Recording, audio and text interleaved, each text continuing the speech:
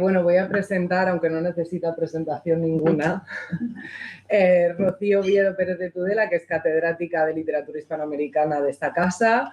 Además es doctora en periodismo y en filología hispánica, es académica correspondiente de la Academia Nicaragüense de la Lengua Española y de la Academia Norteamericana de la Lengua Española desde 2011 ambas. Ha dirigido el grupo de investigación Complutense Imágenes de la Memoria y el Imaginario de la Literatura Hispanoamericana y ha sido investigadora principal de varios proyectos de investigación financiados. No me voy a detener aquí a dar toda la relación de proyectos, así como de diversos proyectos también de innovación docente en esta casa. De entre las 130 publicaciones que firma Rocío y que abarcan desde la literatura virreinal hasta los estudios comparativos entre cine y literatura y el trabajo también con las revistas literarias del siglo XX, pasando por la poesía modernista y de vanguardia y la novela latinoamericana del siglo XX, como veis, no se ha dejado ningún palo sin tocar. Destacan también, sobre todo, las ediciones de autores modernistas como Rubén Darío o Amado Nervo y sus trabajos sobre la obra de Octavio Paz, donde destacó México en la encrucijada, Octavio Paz y la cultura hispánica en el fin de siglo, del 2000, y también sus textos, sus ediciones de los textos de Elena Poniatowska, entre muchos otros. Y para no quitarte más tiempo, Rocío, además me hace mucha ilusión, porque también ha sido mi profesora y mi maestra, así que, bueno, hoy nos ilustrará con la conferencia El imaginario de Rubén Darío y la vanguardia. Así que, cuando quieras, Rocío. Muy bien, pues muchísimas gracias por la presentación, Andrea. Un gusto compartirme. La verdad que sí. Es la primera vez que creo que lo hacemos. Sí. Y bueno, y para explicar un poco todo ese amplio arco, ¿no?, de publicaciones que he realizado, pues bueno, en realidad he estado motivado por la docencia, porque en literatura hispanoamericana nuestra docencia es desde colonial hasta siglo XX, siglo XXI ya, porque nos adentramos. Entonces, bueno, la curiosidad es siempre lo que me ha motivado para hacer mis publicaciones, y la curiosidad sobre todo derivada de las clases. Y dado que estamos en la voz de los maestros, sobre todo de los fallos que hemos tenido, bueno, por lo menos yo, los fallos que he tenido en clase. Cuando he visto que ha habido algún aspecto en el que he fallado, pues simplemente he ido a los libros, he ido a la bibliografía para poderlos solucionar.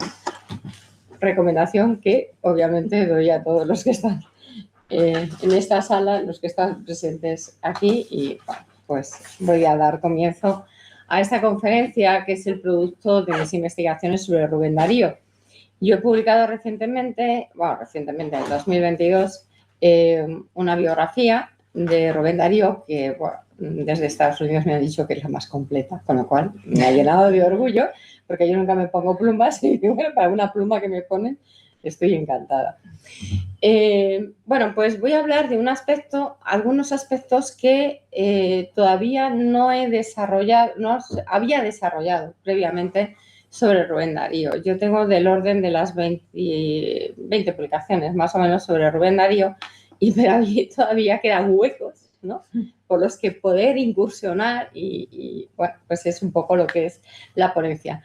Textos antiguos junto con algo nuevo, como es la risa, que te comentaba el otro día, Andrea. Bueno, ¿por qué he incursionado en estos temas? Porque conforme he ido leyendo a Rubén Darío, me he dado cuenta que uno de los temas más importantes es la iniciación del lector. Yo creo que mis alumnas conocen muy bien, ¿verdad?, que es uno de los temas esenciales de Rubén.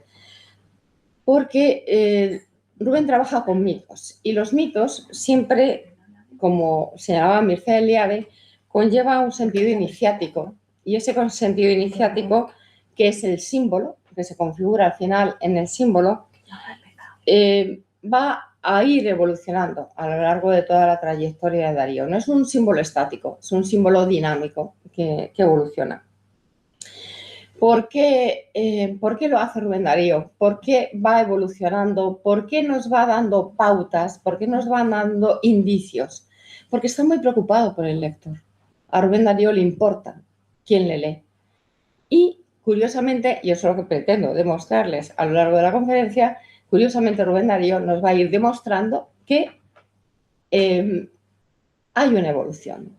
y nos lo demuestra a nosotros como lectores. Es algo que he defendido siempre. Hay algunos críticos, hay incluso amigos, que rechazan esa iniciación del lector, pero es que yo estoy absolutamente convencida de que Rubén Darío, y creo que al final de la conferencia me darán la razón, estoy convencida de que realmente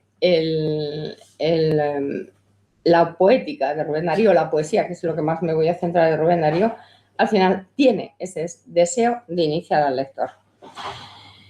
¿Por qué se produce el símbolo, los imaginarios en Rubén Darío? Yo creo que tienen también mucho que ver con el ocultismo y con el esoterismo, que está muy de moda en ese momento, que se acompaña también de la teosofía. Hay que reconocer que tanto Lugones como Rubén Darío frecuentaron los círculos teosóficos. De hecho, Lugones es un teósofo.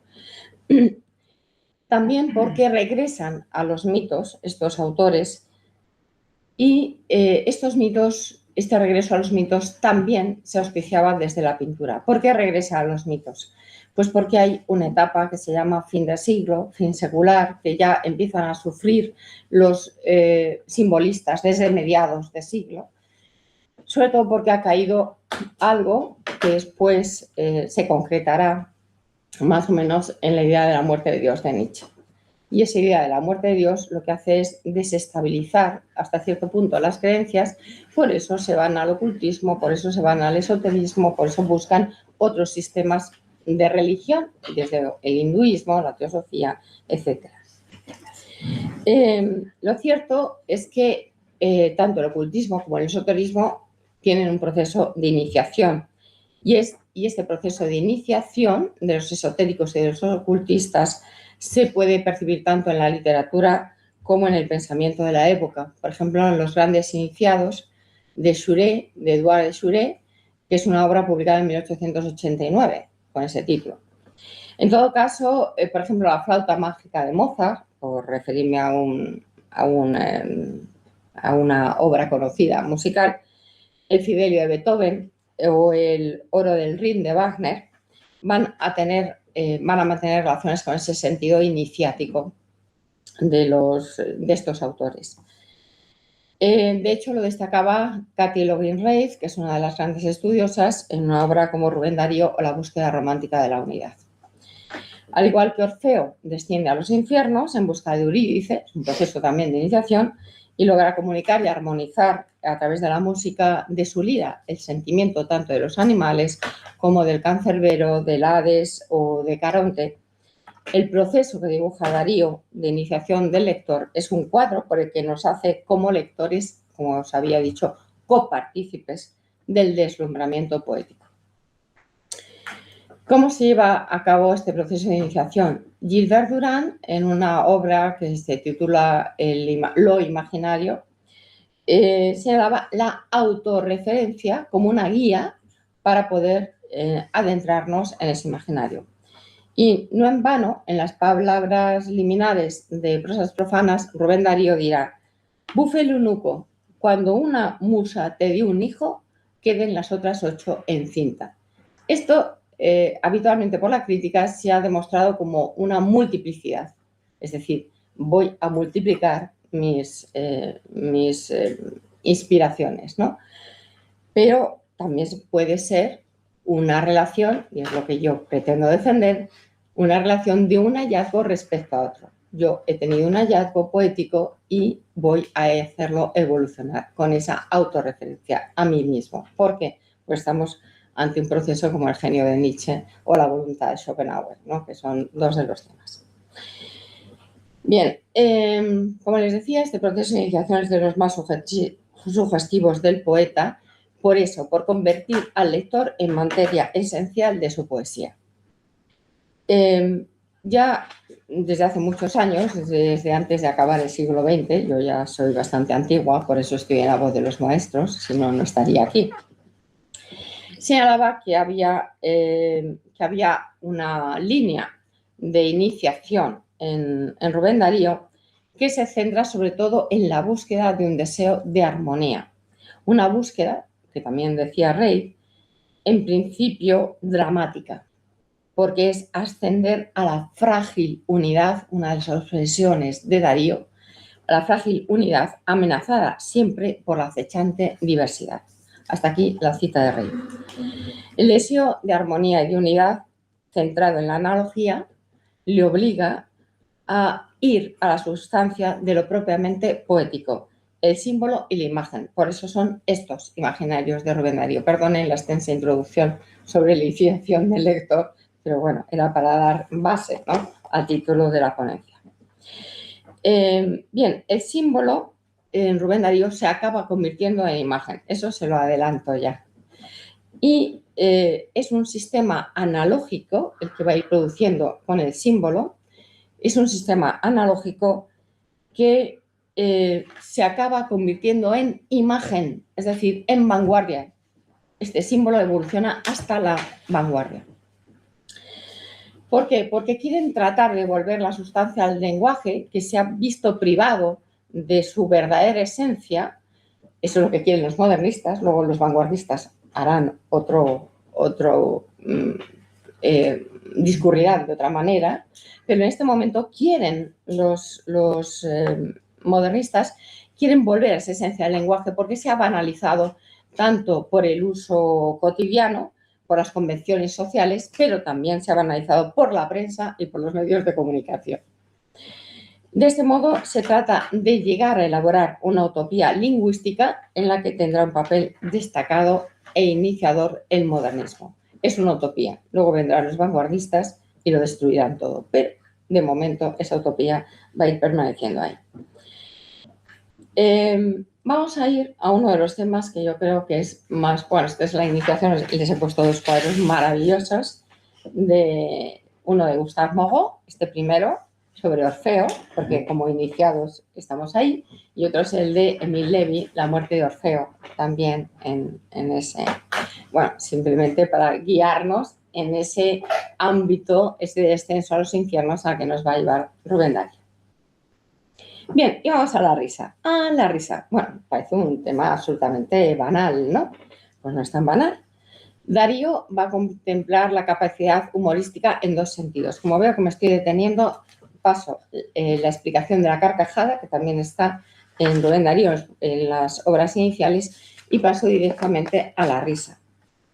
La risa frente a la carcajada se llena de misterio. Ya Platón en el Filebo señalaba que la risa y lo cómico genera un sentimiento mixto, dice, en el alma, en el que se funden placer y dolor. Esa es la risa de Platón. ¿Y por qué surge la risa? ¿Por qué es placer y por qué es dolor? Porque el que establece lo ridículo, que es una de las bases, generalmente la base de la risa, contradice un precepto marcado que es el conócete a ti mismo. El que es ridículo no se conoce a sí mismo. Por lo tanto, carece de ese autorreconocimiento. Ese autorreconocimiento supone también una arrogancia que puede estar relacionada, esa arrogancia de lo ridículo, puede estar relacionada con la riqueza, la belleza, el desarrollo físico, ¿no? Hoy día que tenemos tantos sistemas, ¿no?, deportivos, y también en particular con los sabios. También los sabios podemos llegar a ser ridículos. Yo me considero un sabio, ¿qué le vamos a hacer? Ya a mi edad, pues. Y esto es lo más frecuente, dirá Platón. La ignorancia respecto a uno mismo es una desgracia, dice, y la risa que se identifica con el placer viene provocada por el que nos está mirando. Es el que nos mira, el que al final va a acusar esa risa. La soberbia de nuestros amigos genera fundamentalmente el regocijo, aunque es indicio también de maldad, es reírse del otro, y por lo tanto Platón dirá que el hombre virtuoso no debe reírse. Bueno, yo no debo ser tan virtuosa porque a veces me río. Bueno, Aristóteles, por el contrario, reconoce un principio estético en la risa. Desde el punto de vista estético, lo risible es una subdivisión de lo feo. Aristóteles se va hacia lo grotesco, en realidad, más que hacia lo ridículo. Entonces, aunque también lo ridículo es parte de lo grotesco. Y cuando habla de lo feo, dice que es entendido como un defecto, una malformación, una fealdad, pero no lo relaciona con el sufrimiento, como dice Platón. Por lo tanto, en la poética son máscaras a lo que se refiere. Andando el tiempo, es Erasmo a quien corresponde indicar en el elogio de la locura que cuando el hombre cree que todo lo domina, la naturaleza se ríe de ellos. Lo que establece fundamentalmente es esa reversión con la naturaleza. Kant lo deriva hacia el elemento sorpresa, con producción de la risa, y también Schopenhauer, para quien el contraste entre la realidad y el pensamiento deriva en una incongruencia, que es base de la risa también. De igual modo, también Jean Paul, otro de los teóricos, va a hablar de la risa que surge ante lo inesperado. Pero la opinión más contemporánea a Darío, todo esto para que vean que la risa también tiene su trayectoria, por eso Umberto Eco lo destacaba en El nombre de la rosa, ¿no? Pero la opinión más contemporánea y probablemente la que imita a Darío se encuentra en este ensayo de Baudelaire, incluido en Curiosidades estéticas, titulado De la esencia de la risa y en general de lo cómico en las artes plásticas. En esta obra señala que la risa es una muestra de infinita grandeza y de infinita miseria. De infinita miseria en comparación con el ser absoluto que existe como idea en la mente del hombre y de infinita grandeza en comparación con los animales. Les señalo esto porque ahora veremos la risa en Rubén Darío. Dice Baudelaire, la risa es satánica, luego es profundamente humana. En el hombre se encuentra el resultado de la idea de su propia superioridad. Y en efecto, así como la risa es esencialmente humana, es esencialmente contradictoria, es decir, a la vez es signo de una grandeza infinita y de una miseria infinita. Miseria infinita respecto al ser absoluto, del que posee la concepción grande de grandeza absoluta respecto a los animales. La risa resulta del choque perpetuo de esos dos infinitos. Lo cómico, la potencia de la risa, está en el que ríe y no en el objeto de la risa. Bueno, esto yo creo que es una de las definiciones tal vez más cercanas a Rubén Darío. Por lo tanto, lo que nos está indicando fundamentalmente Baudelaire es que la risa supone también la pérdida de la inocencia, pero también el surgimiento de lo grotesco, que da cuenta de la fragilidad del ser humano, y lo grotesco ya guarda elementos de crítica, pero también de desesperación. Lo grotesco surge cuando no hay otra salida. Y este es uno de los puntos de contacto no solamente con la vanguardia, sino también con la literatura contemporánea. Pero seguramente también Darío tiene cierta conexión con Bergson o con el pensamiento de la época. No creo que él hubiera leído a Bergson, ni muchísimo menos. También pongo entre comillas que hubiera podido, entre paréntesis, que hubiera podido leer a Platón, a Aristóteles, a todos los autores que hemos citado, por mucho que es un devorador de libros, como le decían sus contemporáneos. Porque para Bergson dice que la risa es insensible y excluye la compasión. Y además la risa, el poder más grande de la risa es que sea colectiva, es decir, que todos se rían con mi risa.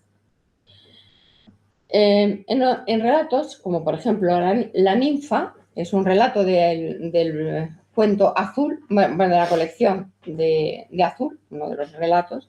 Ya saben que se inicia con los relatos, continúa con los ensayos, digamos, con las descripciones y posteriormente la poesía como culmen, como final. Bueno, pues en Azul, entre otros cuentos también, habla de un personaje, Lesbia. Lesbia es una actriz de moda que, bueno, pues hace una tertulia, está en un conversatorio con otros amigos, que curiosamente todos son hombres, pero también me llama la atención, no está más que ella como mujer, como contertulio. El caso es que en estas conversaciones, empieza in media res, una conversación en medio de esta, bueno, de esta tertulia, ¿no? que mantienen. En medio de esta tertulia, Lesbia constantemente nos va a dar una marca, que es la risa. Está siempre riéndose. Ahí tienen algunos de los aspectos. Lesbia acabó de chupar su azúcar y con una carcajada argentina va para mí los sátiros. Yo quisiera dar vida a mis bronces y si esto fuese posible, mi amante sería uno de esos velludos semidioses. Bueno, eso es el sueño, ¿no?, de Lesbia. Y añade después, todos reíamos, pero entre el coro de carcajadas se oía irresistible, encantadora, la de Lesbia. Vuelve otra vez la risa de Lesbia. Concluye aquel concierto alegre con una gran fuga de risas y de personas. Y, bueno, efectivamente, al final parece que es Lesbia, aunque no se dice que es una ninfa, el narrador, ¿no? El narrador es el enamorado realmente de Lesbia. Él piensa que es una ninfa, todos interpretamos que es Lesbia, ¿no? Sobre todo por el final, cuando él ya dice, el poeta ha visto ninfas. Y en ese momento pensamos que efectivamente es Lesbia la que, porque sabe el secreto, ¿no?, de esa admiración. Pero fijaros cómo lo señala la figura del poeta. Yo vi lirios, rosas, nieve, oro. Vi un ideal con vida y forma y oí entre el burbujeo sonoro de la linfa herida como una risa burlesca y armoniosa que me encendía la sangre. Y luego, cuando ella vuelve otra vez a la tertulia, dice Lesbia, el poeta ha visto ninfa. Las contemplaron todos asombrados y ella me miraba como una gata y se reía como una chicuela a quien se le hiciesen cosquillas. Y es como acaba el texto, ¿no? Bueno, pues la risa empieza a ser un imaginario de Rubén Darío y ahora veremos cómo se va a ir afianzando ese imaginario a través de la poética. Bueno, aquí tienen una serie de poemas de Rubén Darío, de su siguiente libro, Prosas profanas, en el que vuelve a hablar de la risa. Es decir, hay una iniciación del lector en la risa. Y eso es lo que yo quiero demostrarles. Esto es nuevo, ¿eh? Esto no lo he expuesto en ningún otro lugar. Realmente es algo que también me ha venido para las investigaciones. Ahora no me sale el nombre de una de las críticas que también ha trabajado un tanto el tema de la risa.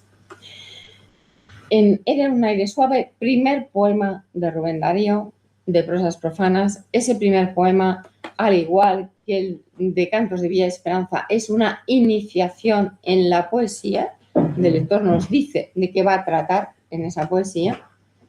Habla de la marquesa Eulalia, risas y desvíos, daba un tiempo mismo para dos rivales. Pero también contagia la risa de Lesbia al final a ese término barbudo, a esa estatua. Dice, cerca, coronado de hojas de viña, reía en su máscara, término barbudo. Y bueno, Eulalia, al igual que Lesbia, a mí es lo que me ha parecido, digo, bueno, pues hay dos personajes que se parecen mucho, y se parecen ¿por qué? Porque ríen, ¿no? Al oír las quejas de sus caballeros, es una mujer que tiene dos pretendientes, ¿no? Un abate y un militar, la típica división entre las armas y las letras. Bueno, pues al oír las quejas de sus caballeros, de estos pretendientes, ríe la divina Eulalia. Otra vez la risa. Con sus ojos lindos y su boca roja, la divina Eulalia ríe, vuelve a repetir. Y después continúa el teclado armónico de su risa fina, cuanto a los rivales, la divina Eulalia ríe, y termina diciendo esto. Yo el tiempo, cuando ocurrió, dirá al final del poema, es muy largo, no les iba a poner todo el poema, yo el tiempo y el día y el país ignoro, pero sé que Eulalia ríe todavía y es cruel y eterna su risa de oro. Por lo tanto, estamos en otra dimensión, que no es la risa banal, no es la risa momentánea, no es algo anecdótico, es la eternidad de la risa, el misterio, en el fondo, que es lo que le importa a Rubén Darío. En divagación, igual, suspira así, revuelve. Divagación es como la introducción a los distintos amores que se pueden tener, un amor en China, un amor también por los países, ¿no? Dice, suspira así, revuelen las abejas al olor de la olímpica ambrosía, fíjese cómo lo está poniendo dentro un plano mítico, y en los perfumes que en el aire dejas, y el dios de piedra se despierta y ría. y el dios de piedra se despierta y cante. Y pues a más reír, ríe, y la brisa lleve el son de los líricos cristales de tu reír, y haga temblar la risa, la barba de los términos joviales. Fíjense cómo constantemente está hablando del término como estatua y al mismo tiempo que me importa que esté la estatua ahí, porque es de lo que vamos a terminar hablando, de la estatua, de ese otro imaginario de Rubén Darío, que es la estatua. Y porque también dice, porque en Francia el eco de las risas y los juegos, su más dulce licor, Venus escancia, ¿no? O sea, al final estamos en esas. Pero fíjense, canción de carnaval, también de prosas profanas. Y goza y ríe en la fiesta del carnaval, ríe en la danza que gira, y que en tu boca risueña, que se une al alegre coro, y continúa después, y lleve la rauda brisa, sonora argentina fresca, la victoria de tu risa funambulesca. Otra vez la risa. Emparó una cubana, y al sonreírse vi en ella resplandor de una estrella que fuese el alma de una esfinge. Misterio, risa y misterio. ¿Qué es lo que me ha hecho relacionarla con la filosofía precedente?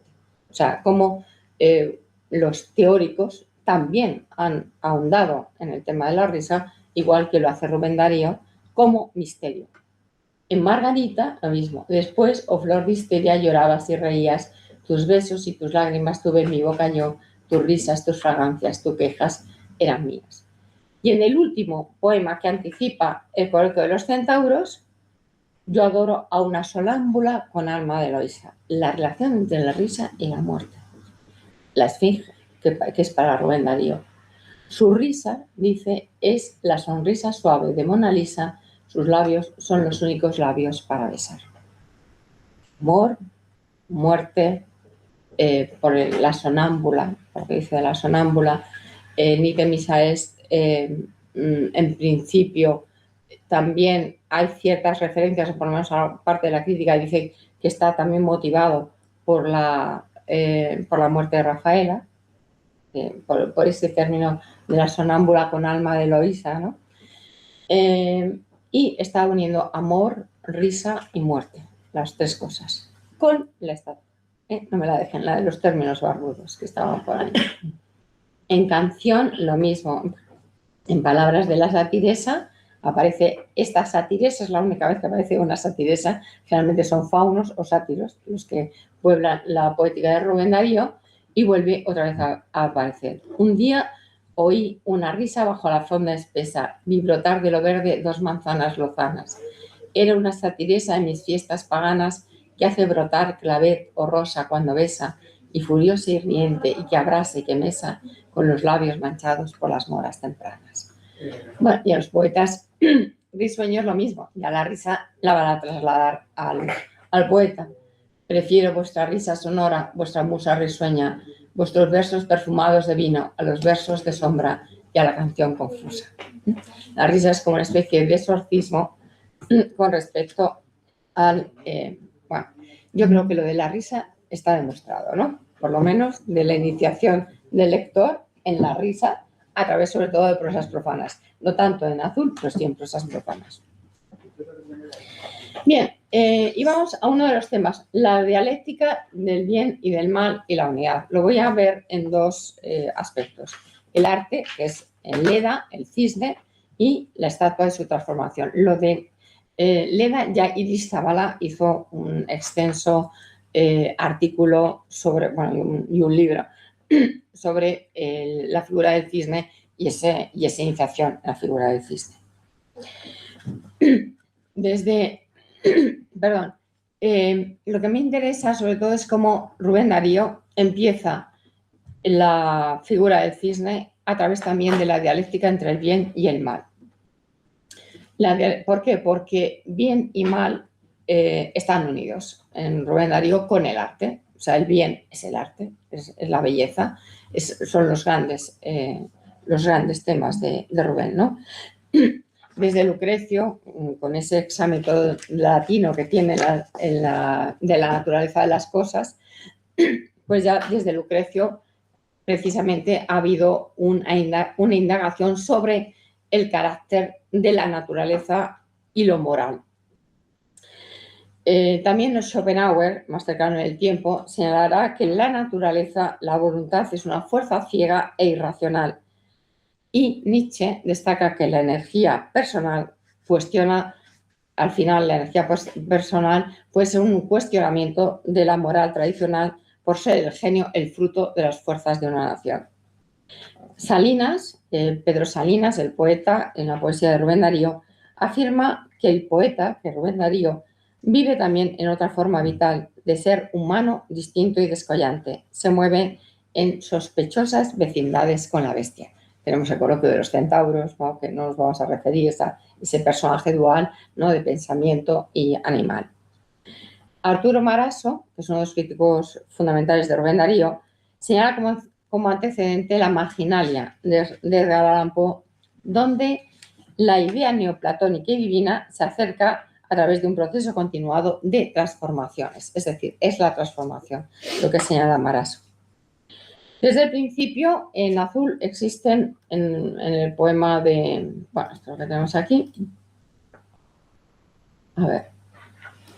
No, es que creo que no está aquí. A ver, me voy para atrás, perdón.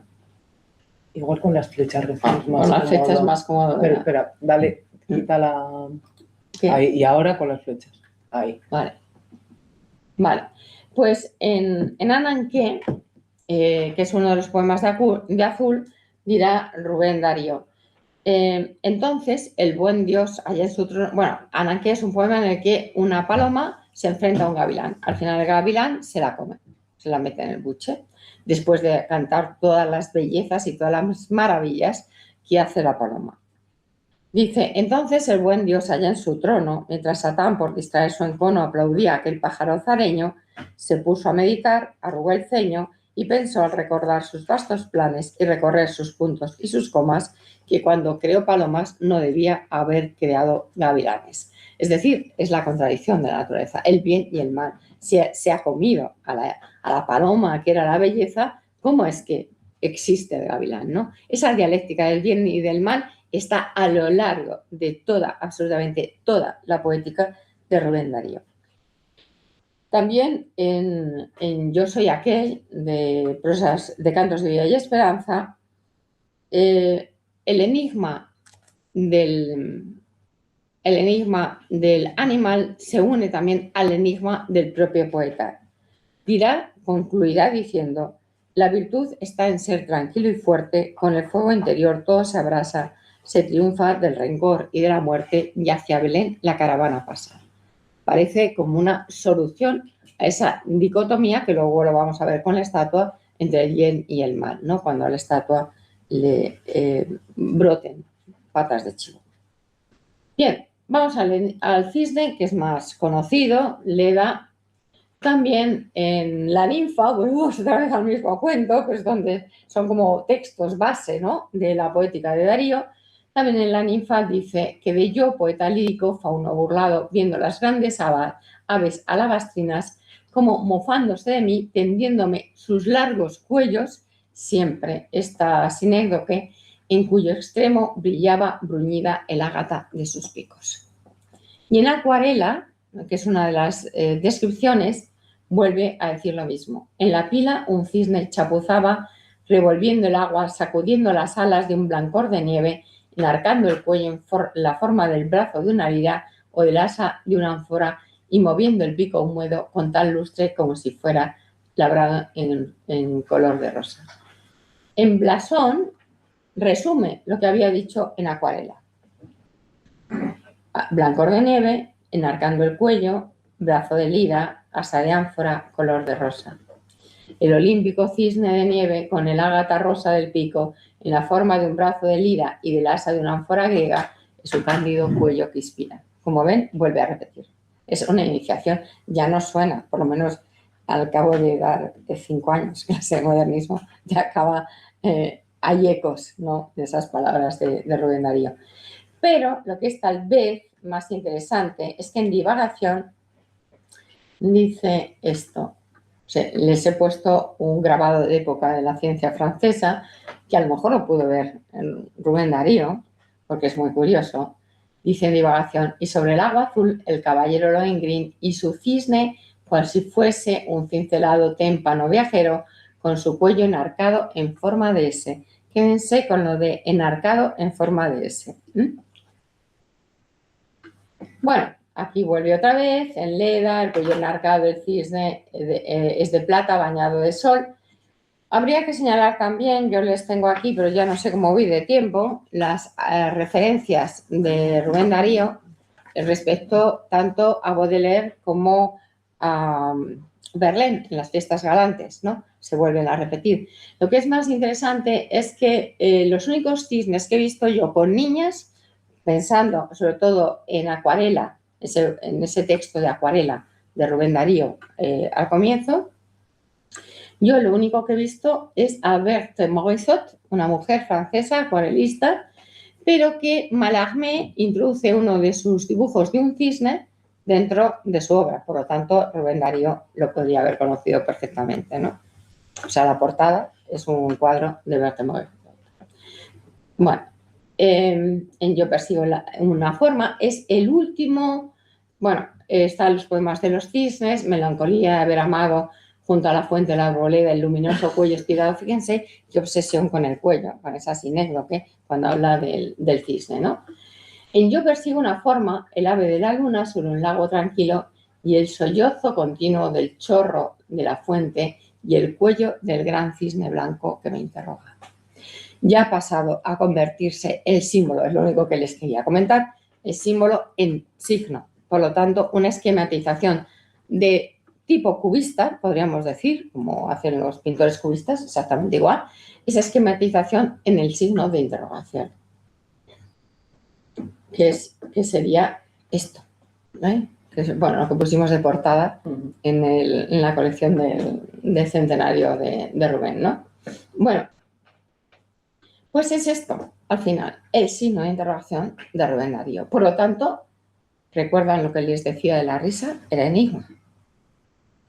También el cisne es un signo de interrogación. El cisne también es un enigma. Y le viene de atrás, le viene de Baudelaire, de Verlaine, que como les digo me lo voy a saltar porque no llego al final a este paso, ¿no? Pero bueno, ya con el cisne ya hemos avanzado, ¿no? Y lo que es más interesante es que el propio Rubén Darío se da cuenta de esa esquematización, porque en uno de los más famosos poemas de los cisnes, de Cantos de Vida y Esperanza, este singular cisne es un Ariel, una especie de Ariel, saben la polémica entre Ariel y Calibán, ¿no?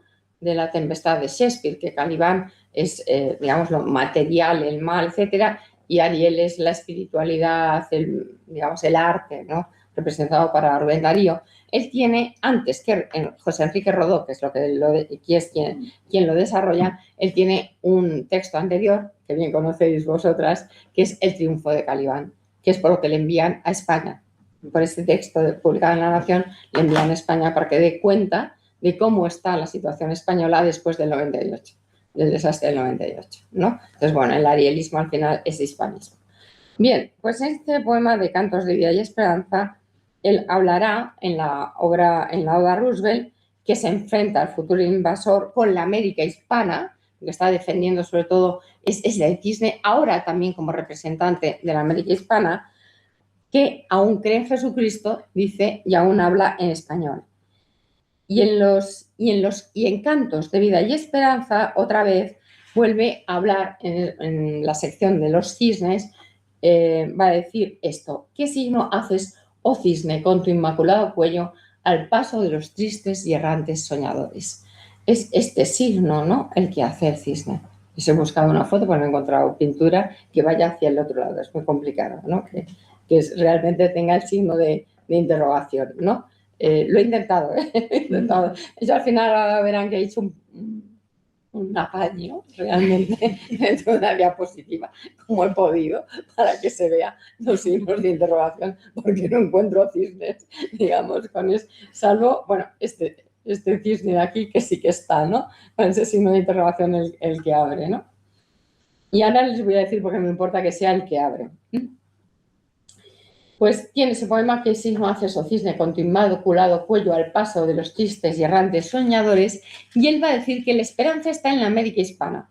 La esperanza de la solución al final se va a encontrar en la América hispana. Dice, o tierras de sol y de armonía, aún guarda la esperanza la caja de Pandora. Es como termina ese primer poema de la sección Los cisnes dentro de Cantos de Vida y Esperanza. Bien, el cisne no le va a abandonar. En el canto errante vuelve a aparecer aquí, simplemente para que sepan que tiene una continuidad, ¿no? El ilustre cisne, cual labrado en nieve, con el cuello en arco, bajo el aire leve, boga sobre el terso lago especular. Bueno, pero lo que más me interesa es el tema de cómo se convierte el cisne en signo de interrogación. Y simplemente insinuó una posible solución del por qué. Bueno, es que él llamaba a su mujer, Rafaela Contreras, Estela. Cuando dice este poema está dedicado a su mujer, el poeta pregunta por Estela, dirá, a ti las blancas dianas, estatua, ¿vale?, de los parques ducales, los cuellos de los cisnes, a ti, ¿no? Pero es que si vemos la S con el cuello enarcado, ¿recuerdan lo que les había puesto aquí? No estaba en divagación, con el cuello enarcado en forma de S. Es que también, curiosamente, a él llamaba a su mujer Estela.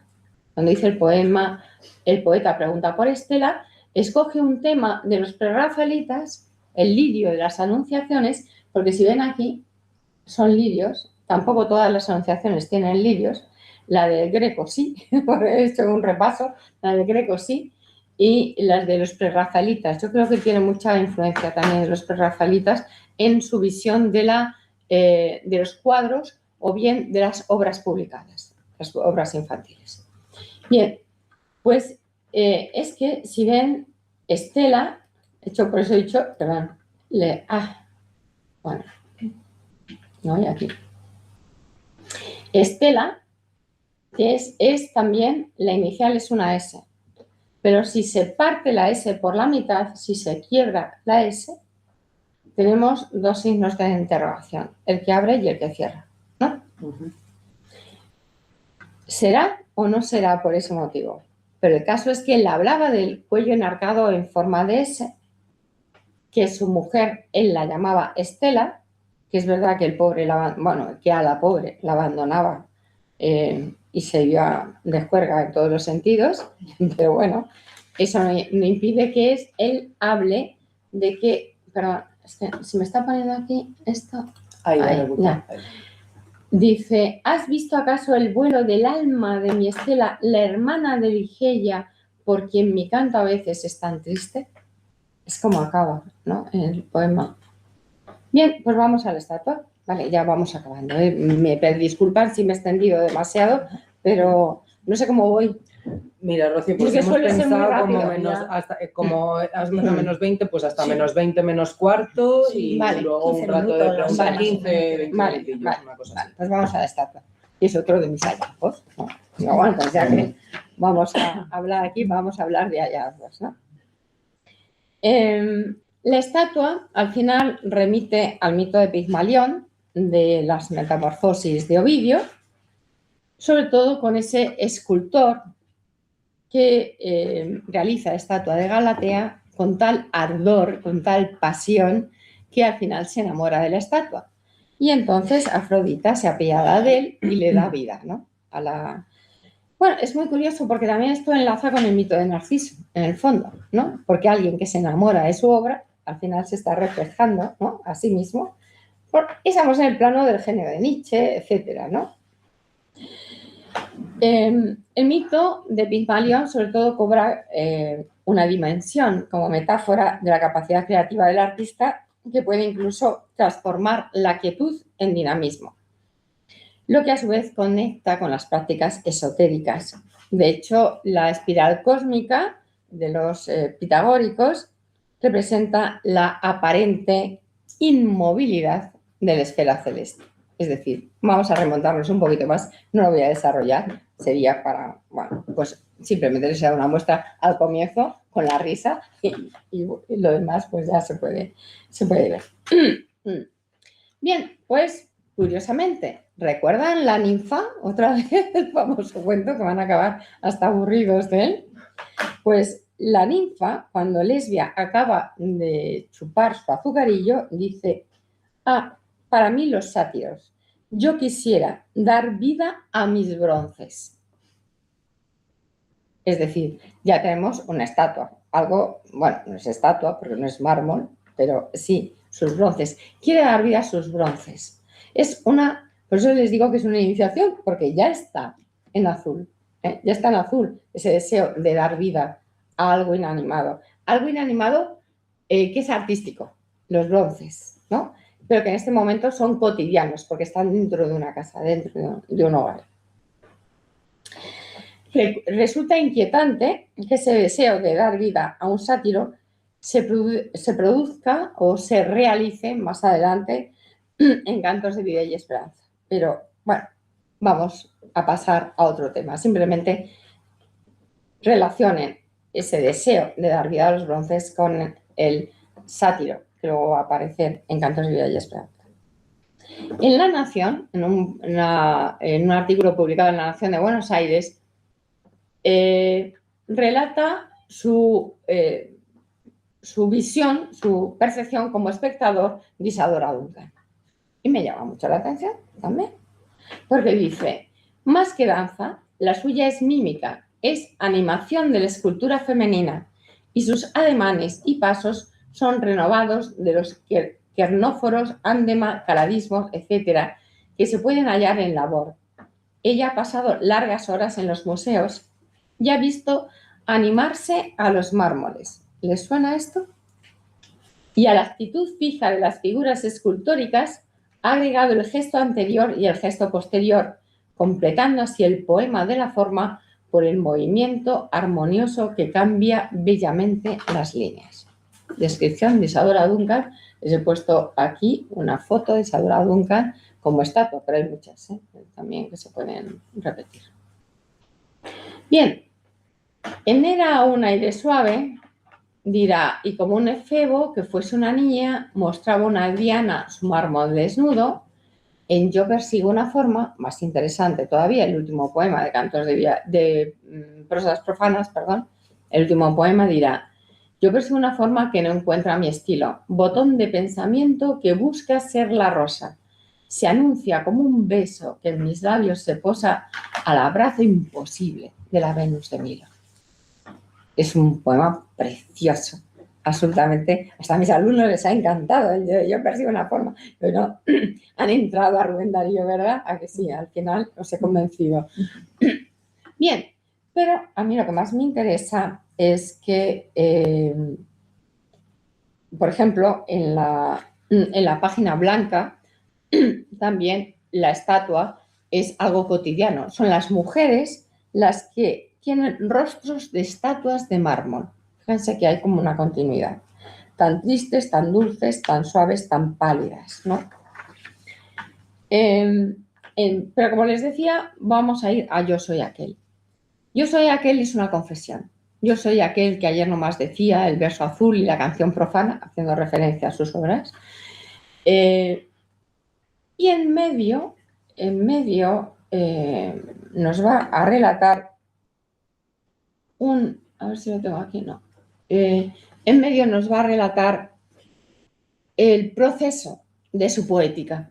También es un poema inicial, es el primer poema que abre Cantos de Vida y Esperanza, y en el que nos va a orientar a los lectores en su poética.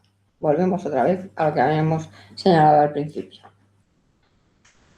Dice: en mi jardín, entre medias del poema, que es mucho más largo, son 3 páginas, en mi jardín se vio una estatua bella, se juzgó mármol y era carne viva. Un alma joven habitaba en ella, sentimental, sensible, sensitiva.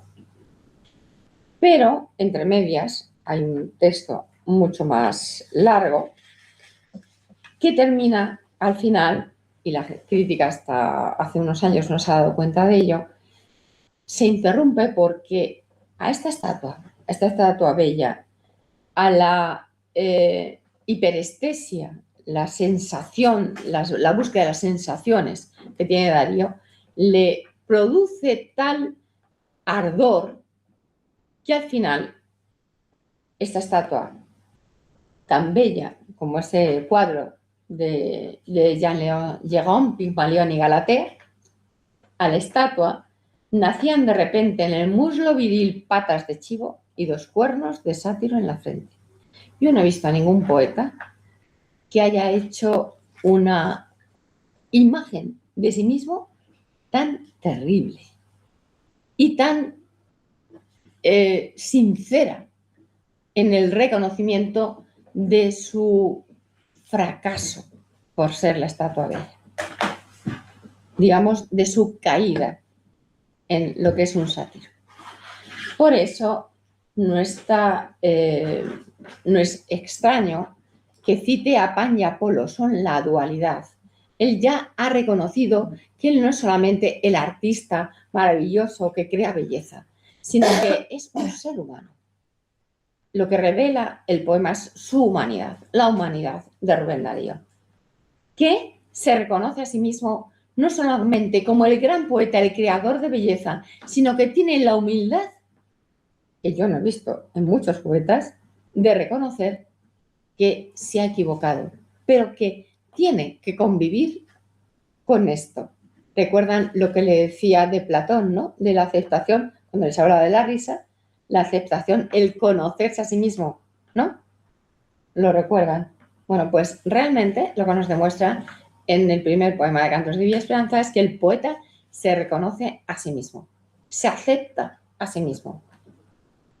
Y él dice al final, dirá al final que, no sé, me parece que me he saltado una página. Sí, bueno, no pasa nada.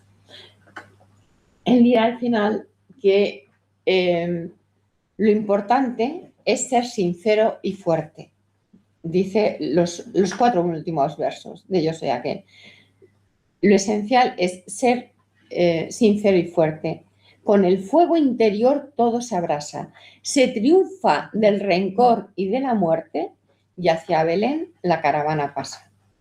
Es decir, la solución a su problema es volver a comenzar siempre. Volver a Belén. Pero volver a Belén con la inocencia, esa inocencia perdida por la risa, etcétera, que hemos dicho, y volver a esta unidad. La unidad del bien y del mal, estatua Venus de Milo y estatua Fauno, porque es lo que nos dice, es una estatua también el Fauno, que son formas diversas de Ananké, recuerdan el poema de Azul, pero unidas por el hecho de ser formas, por el hecho de ser y de existir. Esta imagen es una imagen impactante, la imagen de la estatua transformada en chivo, que roza ya las transformaciones del universo surrealista y se conecta con las prácticas esotéricas, tanto como con el deseo de unidad en lo diverso, o más claramente aún en la narrativa fantástica. Dice la teoría que nunca ha habido un poema que relate un cuento fantástico. Pero yo creo que aquí hay un cuento fantástico. Con esa ninfa, con esa especie de ninfa, esa estatua, esa Venus de Milo, ¿no? El abrazo imposible de la Venus de Milo, esa estatua que realmente se ha transformado en otro ser, una transformación dada además desde una racionalidad. Por lo tanto, hay un elemento fantástico que lo transforma. Fantástico, ¿por qué? Porque no es ambiguo. Bueno, perdón, ¿por qué? Porque al contrario, porque es ambiguo. Es fantástico porque es ambiguo. Bueno, no son 2 figuras, es una sola que paulatinamente adquiere otra fisonomía. El tiempo mítico llama a su vez a un espacio donde el poeta heredero del genio de Nietzsche, de estatua bella, se transforma en fauno. La pasión, ese ardor tan vivo, dota de vida a la estatua, ya no bajo el signo de Pygmalión, sino, como recuerda Maraso, en la línea de la marginalia de Poe.